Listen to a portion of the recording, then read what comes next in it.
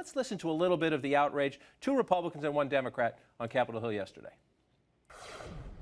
Why was there no guard stationed at the front door of the White House? And yes, how much would it cost to lock the front door of the White House? If someone opens a window or a window is broken at my house, I have an alarm.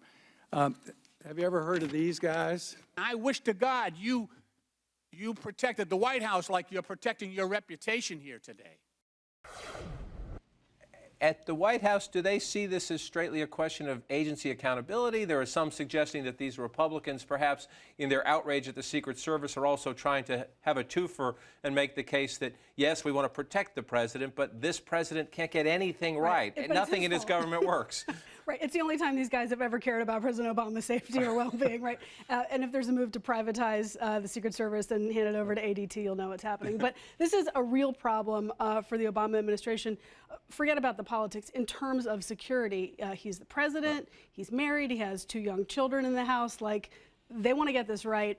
Publicly, they're standing by the Secret Service director, but privately, there is a lot of tension inside the White House right now. And how do they deal with that? She was just brought in not all that long ago. Her charge was to clean up an agency. They had some problems on overseas trips, agents getting prostitutes, out drinking too much.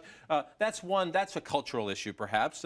And in those cases, they said the president's safety was never at risk. In this case, the president's safety, or at least a member of his family's safety, he was out of the building, was at risk. This person, I used to cover the building. It's nearly 100 yards from the fence to the White House. There are several different layers to stop somebody.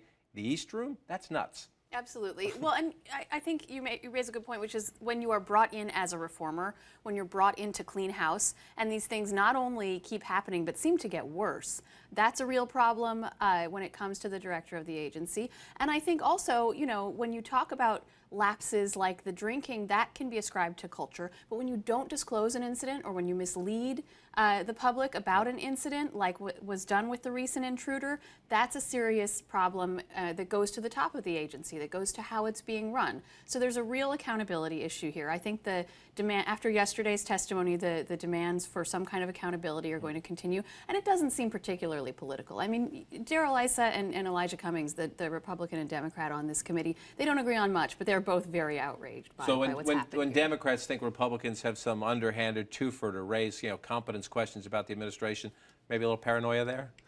Maybe. Maybe.